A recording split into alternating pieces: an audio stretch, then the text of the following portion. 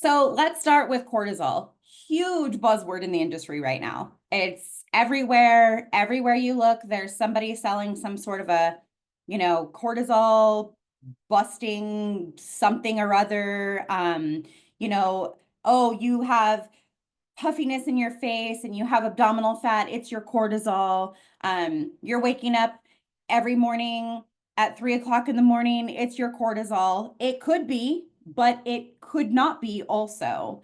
And I will tell you, just jumping straight out the gate, there is not any supplement that you are going to find from any of these people pushing supplements that is going to alleviate all those problems and balance cortisol. First of all, you need to know if it's out of whack before you try and put it back in whack, right? You cannot fix what you don't know is broken.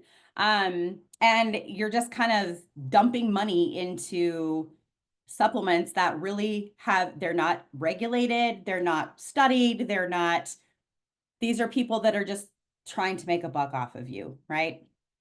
So cortisol is a hormone and it is produced by our adrenal glands. These adrenal glands are these little tiny walnut type things that sit on top of our kidneys, and they are crucial to producing this hormone. And cortisol is crucial to your body's stress response. Okay, so, but it does not just dance with stress. Cortisol is important for regulating your metabolism. So it helps your body to break down your macros, your fats, your proteins, your carbs, and it helps your body to utilize those for energy. It helps you to manage your blood sugar. Cortisol works alongside insulin, kind of as a helper to keep your blood sugar levels stable. Cortisol, it is a type of a steroid effect that controls inflammation in the body. So this regulates your immune response. It reduces excessive inflammation. Inflammation is another buzzword in the industry as well right now. Oh, get rid of inflammation, get rid of inflammation. You don't want inflammation. True to a point. Without inflammation, we literally would die. We need inflammation. Inflammation is only a problem because inflammation is a signal, right? That tells the body we have something going on that we need to figure out. So either that means we need more white blood cells sent to an area to help fight off an infection. Maybe it means, hey, we need to increase fluid to surround this knee that I've just injured so that we can, create cushioning for the joint and to also bring healing elements to the tissues itself that are injured. And it's also a signal to the body like, hey, something's wrong. Please don't use this knee. Do you see that it is swollen and it's red and it's inflamed? Inflammation is only a problem when it's excessive and chronic. Okay, so my shoulders are inflamed today because I did a very heavy upper body workout yesterday. This inflammation is necessary because this is how my muscles are going to repair themselves after the muscle tearing that I did yesterday during my workout. Without this inflammation, I'm not going to build muscle, but also without that inflammation, I might go and do another heavy lifting set today that actually injures me, right? But instead, I have that inflammation to say, whew, we got some stuff going on up here, so let's give this a break and let's be kind, right? So it does control inflammation and it does help to reduce excessive inflammation. Cortisol. Cortisol comes in and says, okay, let's knock that down a little bit, but only the excessive part. It also influences your sleep and wake cycles. So it follows a rhythm. It should be higher in the morning because that's what wakes you up, and lower at night because that's what helps you sleep. Okay. So cortisol and melatonin are also very closely related in how they interact with each other. So imagine now that you have this wellness influencer who says, oh, are you, having trouble sleeping at night? And are you having trouble getting up in the morning? And are you, finding yourself sick all the time and you have belly fat and you have bloating in your face, and you have joint pain, and you have fatigue, and you have depression, and you have anxiety. That's what these ads are proclaiming. They're putting this massive blanket statement on it and saying it's your cortisol. Now, what if this person actually has these problems because their cortisol is low? And then now we go and take all these supplements to regulate their cortisol that is too high when in fact it's too low. We see this in GI medicine all the time. People are like, oh, I have the worst indigestion. I have heartburn. I have abdominal pain. I can't go to the bathroom regularly. Like something is up. I must have too much stomach acid. And they start taking Tums, and they're taking PPIs, proton pump inhibitors. So they're taking, Pepcid and Prilosec and, Prevacid and Zantac and all these things like they're candy. And the problem's not getting better. In fact, it's getting worse. It's because they actually don't have enough stomach acid versus too high stomach acid. So now they're taking something that's already too low and they're lowering it even further. And yet they can't understand why they don't feel like crap. Then we would get into their stomach cavity and be like, wow, it's kind of a dry desert in here. And that's not good, because without those enzymes and acid, you cannot break down your food. So no wonder you have indigestion. You've got food literally rotting in your gut because it has nothing to aid it in breaking down further. Okay. So now we're seeing this happen with cortisol as well. This is why we test it. This is why. Now, is it going to be 100%? No, because there isn't a test really out there, I think, other than maybe a pregnancy test that is like 100% a yes or a no, right? There's going to be some nuance with it. Anytime there's hormones involved, those fluctuate. So there could be, it could be like estrogen and testosterone and progesterone were one that Dr. Day talked about a couple weeks ago. You have it tested, and then the next day you have it tested, and the numbers are totally different.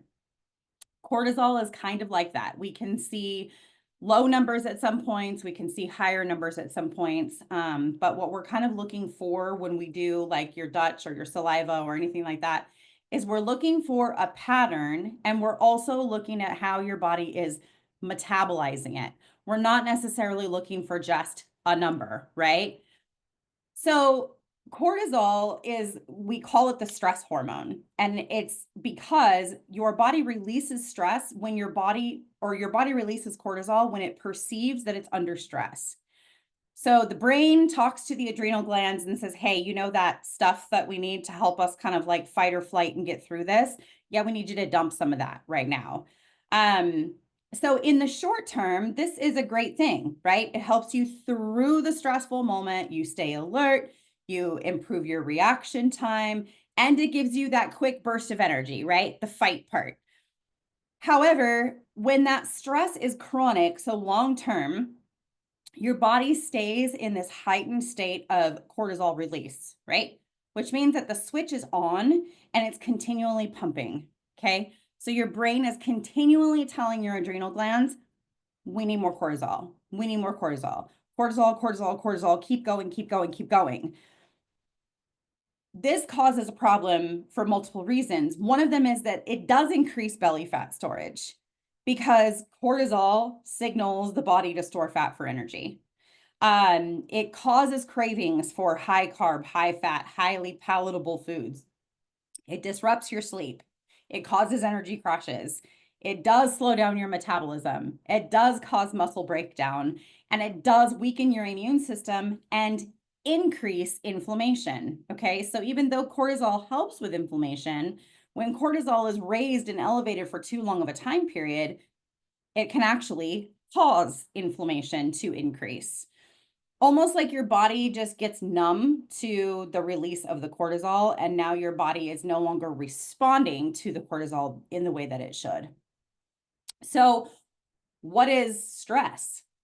I mean, I think we all could take a piece of paper out, and I think we could all write down at least 5 things off the top of our head that are stressing us out, right? It's work, spouse relationships, finances, children, and I don't know, politics, economy, family issues, like insert whatever here. We all could do that.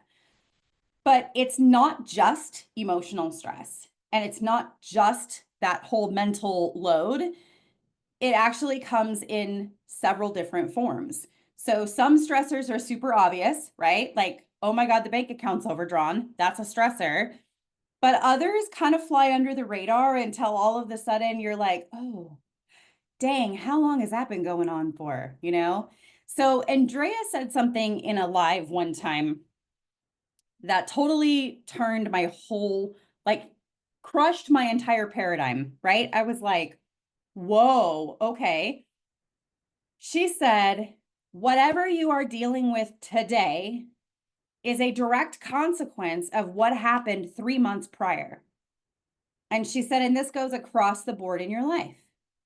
So if you neglect your relationship for 3 months, well, at the end of that 90-day period, things are going to be a little bit strained, right? If you don't put boundaries on your children and rules and discipline and whatever for 90 days, well, you're going to have some pretty unruly little minions running around your house at the end of that 90 days. If you neglect looking at the bank account because you're kind of afraid to and you just keep spending, at the end of 90 days, you're going to be going, oh my God, what happened? Well, what happened 90 days ago? Our body is the same way. So if we look at, gosh, you know what? My hair's falling out. And, when do most women complain about postpartum hair loss? Somewhere around 60 to 90 days post childbirth. Why?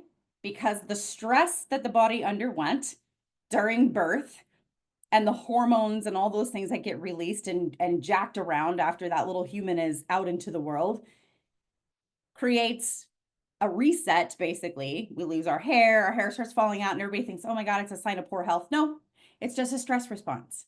And if you nurture the body the way that you're supposed to, it comes back. Okay. So mental and emotional stress is like work deadlines, financial problems, arguments, grief. Grief is a huge one. Anxiety, if you're just constantly or just anxious about things that you can't resolve, that is a mental and emotional stressor.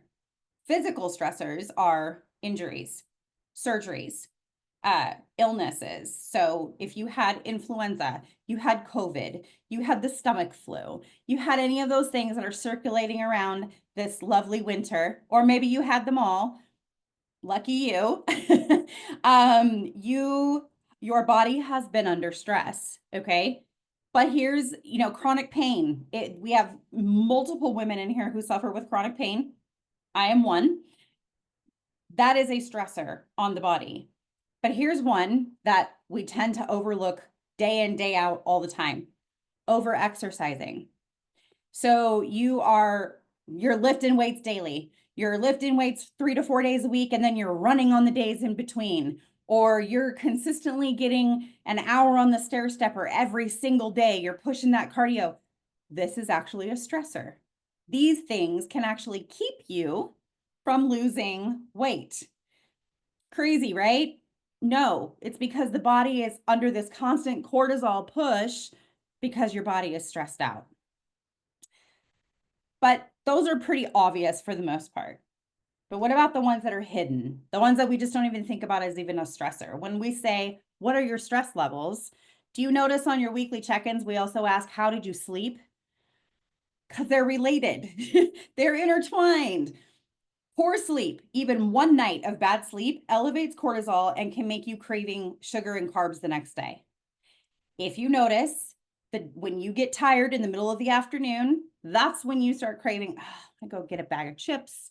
I'm gonna go, whatever, because it's that natural stress response. Your body's looking for energy, and it knows, hey, if I could just get some carbohydrates or something that's super highly palatable really quick, I could definitely use the energy right away. It's going to make my brain feel a little bit better, give me a little bit of a mood boost, and I can get past this. But you didn't really fix the problem.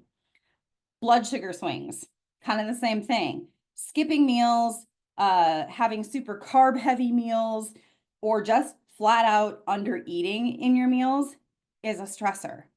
When the body is not getting enough fuel, it's stressed out. Okay. Run your engine in your car low on oil and let me know how long it lasts and how great it runs. It's not going to last long and it's not going to run great because it doesn't have what it needs in order for that engine, your body, to run efficiently. Gut issues and inflammation. So poor digestion, food intolerances, food allergies, gut imbalances, all of these are stressors. If you know that you need to avoid lactose, yet you continue to consume lactose on a daily basis, you spend hours in the bathroom morning and night because your gut is a wreck, your body is under stress. Dehydration. This is another one. I've often said my husband can tell based on my attitude how hydrated I am or I am not. It's not a uncommon thing, especially in summertime. If I've been extremely busy, I might get a little snappy. And the first thing he will do, because now he no longer says it, right? You know, after a while we get them trained, right? But he will actually just bring me my water cup and he's like, "Are you okay?" "Oh, you know what? I'm not." You know, that's a direct correlation that we made pretty early on that, hey, I get kind of when I'm not well hydrated and it affects everything. So, if you're not drinking enough water, every single cell in your body requires water to function. This is why 70+% of our body is water. If we're not putting water in, but we're using water, our body's in a consistent drought state, it cannot function. It's stressed out. It can't do what it needs to do. It can't digest your food. It can't send signals to the brain. It is stressed. Therefore, you're going to have increased cortisol levels and you're going to have increased inflammation. You're also going to be missing out on vitamins, minerals, things like that affect cortisol balance because your electrolytes also have a lot to do with your hormones. So, okay, we know what stress is and we all can identify like, oh yeah, you know what? Shoot, I haven't been sleeping great, so I do have a hidden stressor. What do we do about them? Right? I mean, I guess diaphragmatic breathing, and we could do box breathing, and we could do yoga, and we could meditate, and we could all of those things. Yes, for sure. But how else can we do it? Right? If Susie's supplement of cortisol balanced tea isn't the answer, because it's not, then what do we do? How do we manage it? And how do we improve our weight loss? And what do we need to be focusing on? Sleep. First, foremost, above and beyond. I just had a client who was ready to go into a deficit. She had been meeting macros beautifully. She had been consistent. She was walking. She was working out. She was doing all the things. And then I caught in one of her check-ins, she said, "I'm only sleeping 3 to 4 hours a night. And that's a normal pattern for me." Put on the brakes. Because a calorie deficit is another form of a physiological stressor on the body. When you are dieting, you are stressed. Why would I put somebody into a stress phase for fat loss when their body is already under stress? Horrible idea. Horrible idea, right? I am setting her up for failure if I would have allowed that to continue. We said, nope, we're not doing that. We got a few other things in control. We were able to not get a full 8 hours, but we were able to increase sleep to a point where I felt comfortable finally putting her in that deficit phase. And she's down like 10 or 15 pounds. So without that key element of sleep, you are stonewalling everything. It is necessary for you to function as a normal, healthy human being. We need sleep. Not everybody needs 9 hours. Not everybody needs 8. If I sleep 8 hours, I am a complete zombie. So for me, 6 to 7 is beautiful. I am fully productive, awake. I don't feel tired. I'm rolling to go. But at 5.5, I'm suffering. So that 30 minutes for me is huge. Now, your sleep hours are important, but your sleep quality is even more important.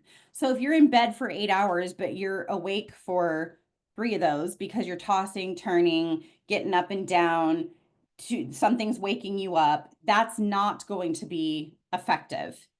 So for me, that means that my husband snores like a train rolling through the room. I love him to death, but at 2 a.m., I want to smother him with the pillow that he's sleeping on because I'm like, oh my God, I'm never gonna sleep. So we kind of came to this agreement, like sometimes we are just going to have to sleep in separate rooms and be okay with that because otherwise I'm super snappy and short. And so, yeah, sleep apnea, no, it's not actually, it has to do with something else. And a mouth guard would probably fix it, but he will not wear the mouth guard. He takes it out in the middle of the night, doesn't even realize that he did it. And then I wake up with a mouth guard like stuck to the back of my arm or something. And then it's a whole thing. So that's ain't gonna happen.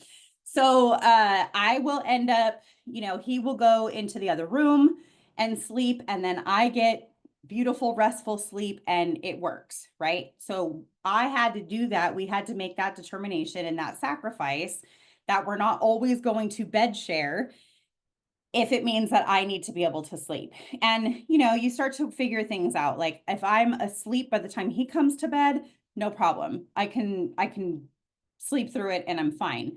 But God forbid something wake me up in the middle of the night and then I can't fall back asleep because that's all I can hear. And then I'm like, ah.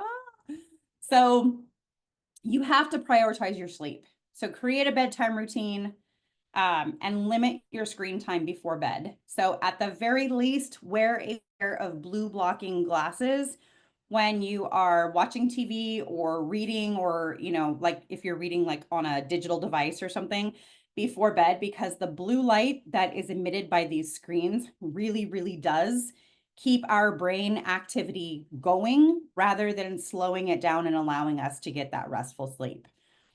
Balancing your nutrition. Eating enough protein, eating enough fiber, and eating enough healthy fat. We are so afraid of fat that fat is going to make us fat. There is no macronutrient that's going to make you fat unless you are eating too much of it. But you need to focus on healthy fats. So with healthy fats, we are talking about, we want you having flax, chia are great sources of healthy fat. Avocado, we want you to have avocado oil. We want you to have, olives are a great snack. Olive oil, nuts and seeds. However, they are a fat. So these are calorie dense, nutrient dense, but calorie dense foods that you need to be portioning out. You cannot just smack down an entire avocado and be like, oh, but it was all healthy fat. Because if it throws you over what your energy needs are for the day, then you will gain weight from eating an entire avocado every single day. So Stephanie just asked how much is good then. Once you start actually tracking macros, you just need to know like what your calorie intake should be. There's times where I can have a half at a time. There's times where I need to limit it to a quarter. It's just going to kind of depend on what your calorie needs are for the day. Strength training and gentle movement.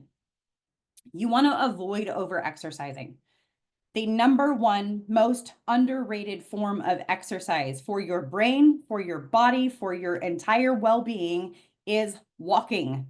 If you incorporate walking, you are going to see insane differences in the way that your body feels, but in the way that your brain also feels. There is something about getting up out there and getting your feet on the ground and moving that is far more powerful than anything I have ever done in a gym. I am not saying that you should not be in a gym or, doing things that you would do in a gym in your home gym. I'm not saying that. What I'm saying is when in 2009, I guess, when I went through, no, it was 12, a horrific domestic violence experience. I had so much anxiety, so much PTSD, so many things that were going on and dealing with court battles and restraining orders and all of these things that I was a complete mess. And I was working in healthcare where I needed to be on and 100% to care for patients every day because their life depended on me paying attention, right? And sometimes that meant that I was standing by, listening as the doctor gave somebody a horrific diagnosis. And I had to leave my crap at the door when I walked into work that day, right? So now I have all this work stress happening, and then I have all this home stress happening. And my life was somewhere in the middle, right? I knew that if I could just get outside for 20 minutes every single day, whether that be during my lunch, whether it was before work, whether it was after work, 20 minutes. And I walked as far and as fast as I could till eventually I realized I was running. And I thought, dang, I've never been a runner. What is happening here? So then I kind of ended up in this consistent jogging pattern. It literally saved my life. 100%. It made me have clarity. It got out the excess negative energy that I needed to get out. And I would literally tell myself in my head, I'm going to channel this energy through my feet and into the pavement. I'm just going to go. And I did. And I did this consistently. And after about 30 days, I started to notice a much deeper sleep. Now, mind you, I kind of was afraid to sleep. Sleep was a scary state for me because I could not be vigilant 100% of the time. So I noticed, hey, I'm actually able to sleep. And I noticed that I could handle the stressors that were happening during my day better.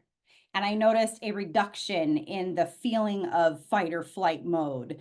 And so I continued it. And to this day, the second I start to feel that overwhelming fear, sometimes, I mean, it's been years, but sometimes I still get triggered. I instantly, it's walk it out, either outside on my walking pad. I have done laps in my home before. Walk it out because it does so much good for your brain. And I hate when I hear somebody say, but walking's not exercise. Yes, it is. It's exercise for your brain and it's exercise for your body. So, yes, it is. But strength training, ladies, we always, no. I don't lift weights. No. I'm going to get bulky. I don't want to look manly. I don't want to look masculine. I don't want, no. That's not going to happen. Genetically, it can't happen. We have to augment our bodies in order for it to do that. So, strength training, though, bone density, immune function, longevity, the whole package is inside strength training. So we as women say, oh, no, I'm not picking up weights. Like, yikes. But yeah, we will carry 2 loads of groceries in one hand. We will carry children as they wiggle and squirm and scream through the grocery store and still manage to get it done. We will carry toddlers and push grocery carts full of groceries to get through the grocery store. I mean, we will rearrange entire living rooms full of furniture before our spouse arrives back home from work, but yet we don't want to lift weights. You just moved an entire house through the, when we moved, my husband and I were moving up my desk upstairs. My desk is an L shape. And we thought we were going to be able to like turn it on its side and maneuver it up the stairs like Tetris. We got about halfway up the staircase and my husband like looked around the other side of the desk at me and he's like, we have one choice and it's either we drop it and get stuck in the stairs or we're going to have to go over our head. And I was like, give me a second and let me like get appropriately placed in my feet and brace appropriately to push this over my head. We did it. We got to the top. We put the desk down on the floor, high-fived, and my husband said, dang, I am so glad that my wife lifts weights. He was like, because if you didn't, I don't know how we would have just got through that. And we moved our entire house, my husband and I did, all of our furniture, every single room, up the stairs, through the doors, whatever, we did it together. I know for a fact that if I had not done with my body the things that I do with my body, that couldn't have happened. I would have been like, you better call somebody because that's not going to be, we're not getting it up the stairs or we're not getting it through the door. Strength train. Does not have to be crazy. You do not need to be powerlifting, but strength train. Breath work and mindfulness, we kind of already covered that. Yes, deep breathing. Yes to meditation. Yes to journaling. I have journals from back in those days that some of them I have just literally thrown away because I've gone back to like look through them and I'm like, you know what? I have no reason nor do I have a desire to remember any of this. So I just threw it away. But well, actually I burned it because I wouldn't want anybody to find that and read it. But but journaling now, when I look back on things that I wrote in, scrapbooks can be a journal of sorts, right? Like of your kids, and you're writing what you did or what this memory was about or, whatever. Now I look back and you can just kind of see who you've evolved into as a person, right? Because we're never the same person that we were from the start, right? Now we're always becoming this new, different version of us. So that can be healing emotionally for you. And it can also be a way to challenge thoughts, whether they're negative or positive, that maybe you feel like you can't share with anybody else. So that does help to release some of the stress and the overwhelm and the pressure that you might be feeling when you're carrying those thoughts. It helps shift your body from fight or flight into what we call rest and digest. That's what you want to be doing. You want to, as often as possible, get yourself in rest and digest mode. Managing emotional stress is things like therapy, boundary setting.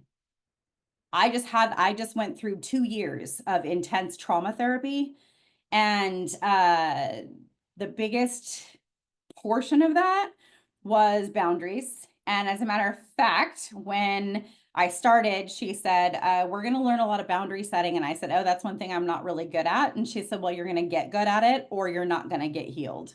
And at first I thought, okay, like, wow, whatever. But as I started working through it and realizing it, it was like, oh yeah. And let me tell you, boundary setting, whether it's with yourself, whether it's with coworkers, whether it's with a spouse or a family member or anything like that, it's not comfortable at all. But I will tell you, I am much more comfortable now saying that doesn't serve me in a positive way. I'm not doing that. And it's not from a place of like selfishness or, as long as the intention behind it is correct, right? I'm not saying, oh, well, I'm not doing those dishes because that does not serve me in this moment. No. But if I say, you know what, I don't think that I'm going to like the way that that's going to make me feel, as a person, like either like morally or ethically or, no, I'm not going to do that. Or if it compromises my own healing journey, right? I'm not going to place myself in a situation that's going to trigger me. So setting boundaries, reducing social media comparison. I hate social media. I really do. And I kind of have to be on it. So it is what it is. We did not allow my daughter to have a social media account, Facebook at least, until she turned 17, I think was when she was allowed to have a Facebook. She was allowed to have Instagram at 15, and we had passwords that we, managed. I checked in regularly to make sure that I could still access with the password. I read messages, DMs, looked at who was following her. Her dad's a police officer, so there's that. We were very, very much, involved in all things. And so, but one of the biggest reasons, aside from just safety in general, was this whole comparison thing. I didn't want the eating disorders to creep in. I didn't want well, why is she so skinny? I want a butt like that. I want, why does my body look like this? How come she doesn't have acne and I do? I didn't want that for her. There's enough of that already happening in real life. I didn't need her to have this false sense of what reality actually is.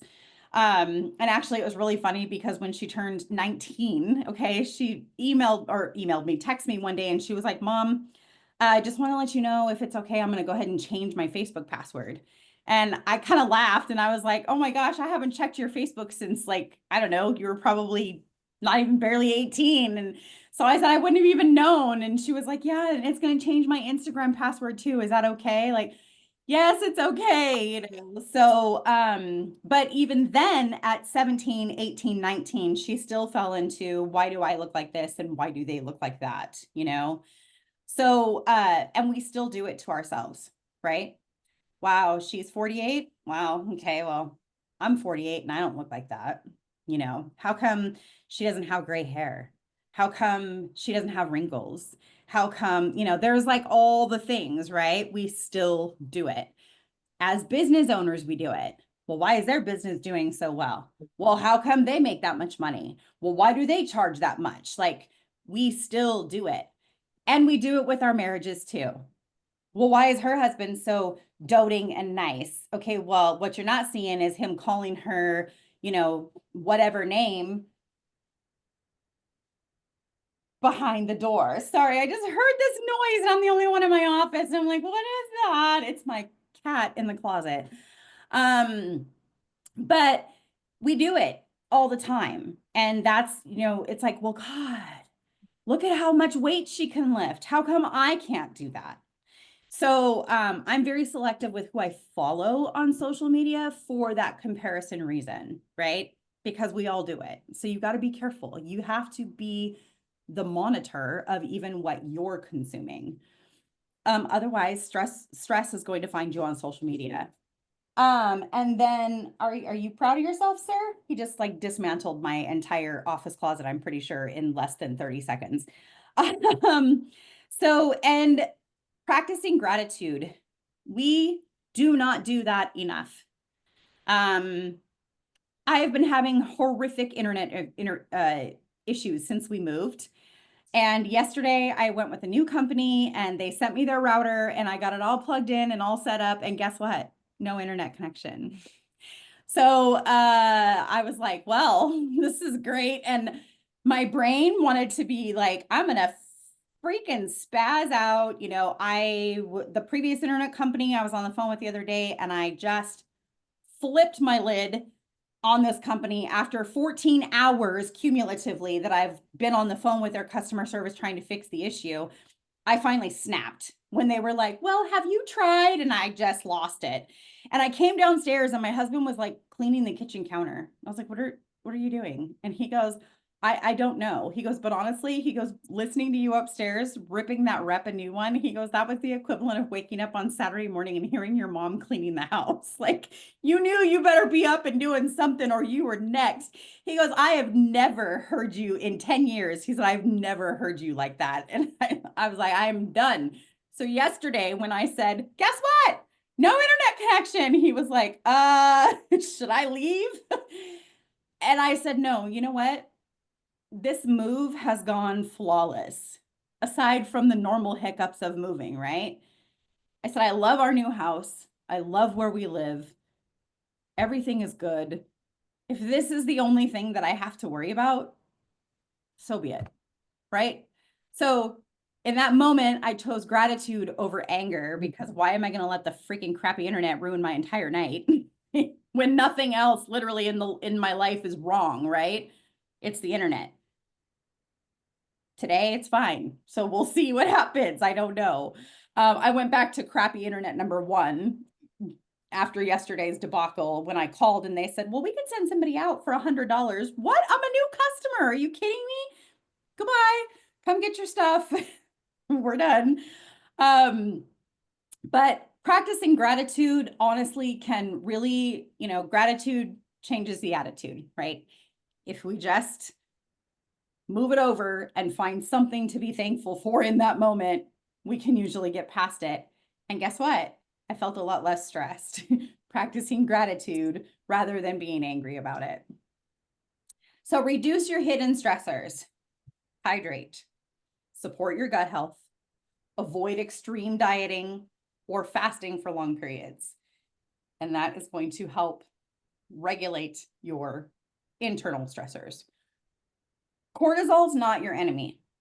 It's a necessary hormone that we actually need to survive. We cannot lower it, nor can we increase it if we do not know where it's at. And even then, increasing it, lowering it is going to be kind of dependent upon the individual, the approach, other factors in the body, how well are other hormones communicating and signaling, things like that. So the problem is when it's too high for too long.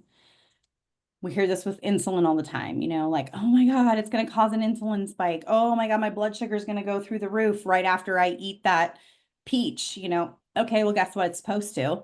Don't ever check your blood pressure after you just climbed a flight of stairs because you will have hypertension. It's supposed to. Without it doing that, your body doesn't function normally. High blood pressure because you climbed a flight of stairs is not a problem. High blood pressure when you've been doing nothing but sitting in a chair for 6 hours and it's this way all the time, that's a problem.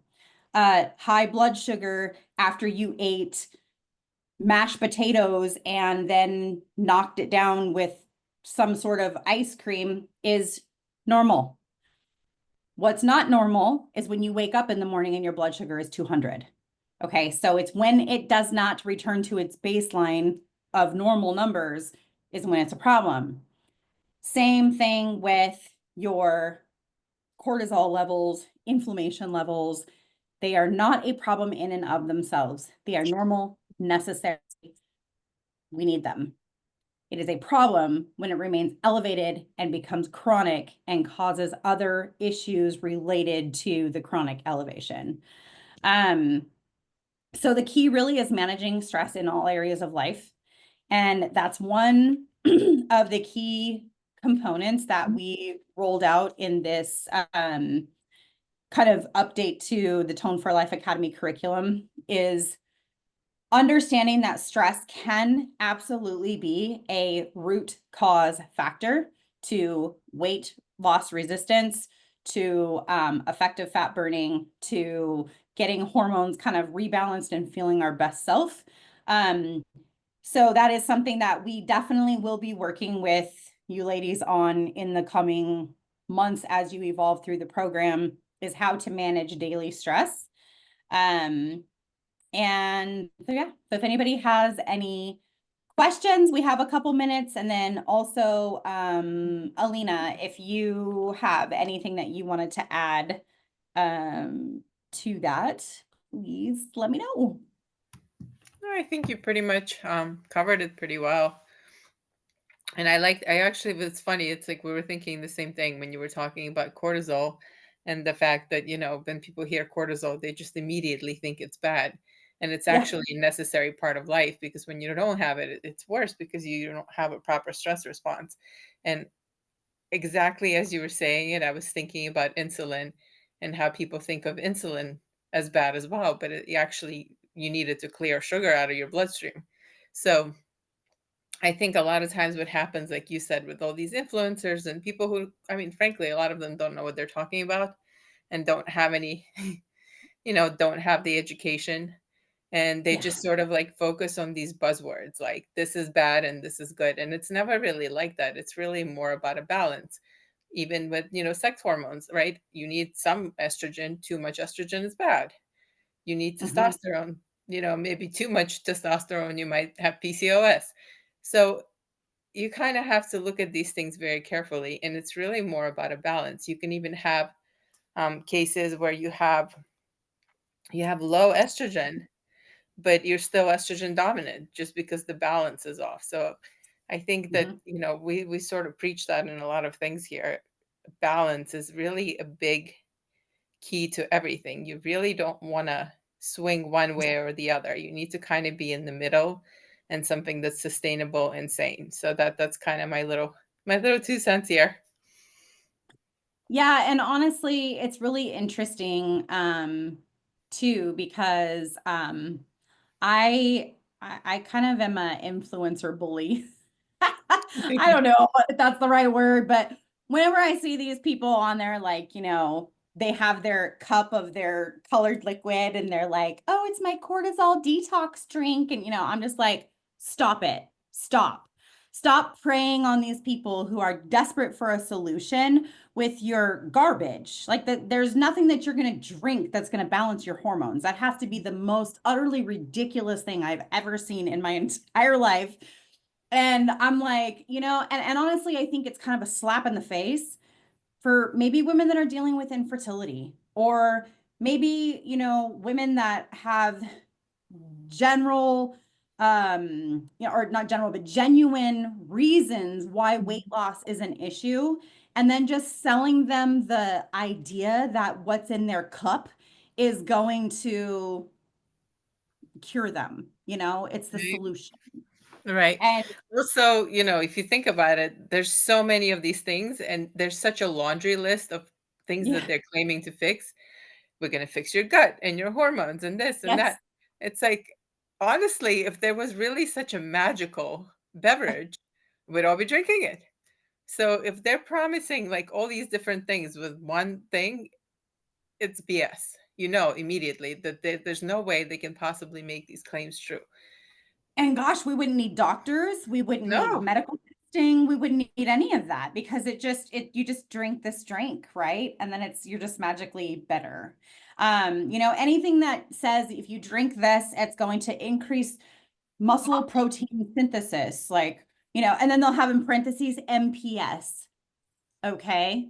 No, guess what? You can have a protein shake that you bought at the gas station and increase muscle protein synthesis, or MPS. Like trying to sell somebody on an idea that you're reinventing the entire wheel with this drink is predatory. Okay. But it's just false, and it misleads and prolongs somebody's journey to a Mm, point where at some point they're so frustrated and burnt out that even the correct information sounds bogus because they've already tried it all. Why would the information that somebody's actually giving them make any sense at all, right? And I actually had somebody on by staff, I actually had somebody on a reel that I did the other day said, oh, as she's using her Beachbody cup, my Beachbody cup actually says Beachbody is a scam. So, sorry. but, but so and then after that she retracted her statement. So and she was a Beachbody rep. So that's how she recognized the cup. But yes, I purposely have the cup for that reason because yes, it is a scam. So um stress is something that we are all going to face no matter what. And the only thing about that we can change really is our response to it. So if we change the response, I mean, feeling gratitude that your bank account is overdrawn, yeah, that's not gonna happen. Your retirement fund just tanked, like, oh yeah, like, oh, just be grateful. No, that's not what I'm saying. But what I'm saying is if you can find a way to understand that, okay, this is the issue that I'm dealing with, but it doesn't mean that everything else in my life is garbage because of it, right? Because that's the kind of the mindset that we go into when we fall under stress. But if we can say, okay, I need to focus on all these good things that are happening in order to be able to get through this bad thing, you're going to reduce a lot of the internal feeling that you have from that. So, hope that was helpful and that everybody was able to take away some good information from that. I hope that everybody has a beautiful Thursday. It's raining here in Nevada, so that's kind of a like, wow, that doesn't happen here in the southern part of the state, but it's just kind of a gloomy day, but go make it sunny anyways wherever you are. So I hope you guys have a wonderful weekend. thank Thanks. you. Thanks, Tiffany. Bye. Bye.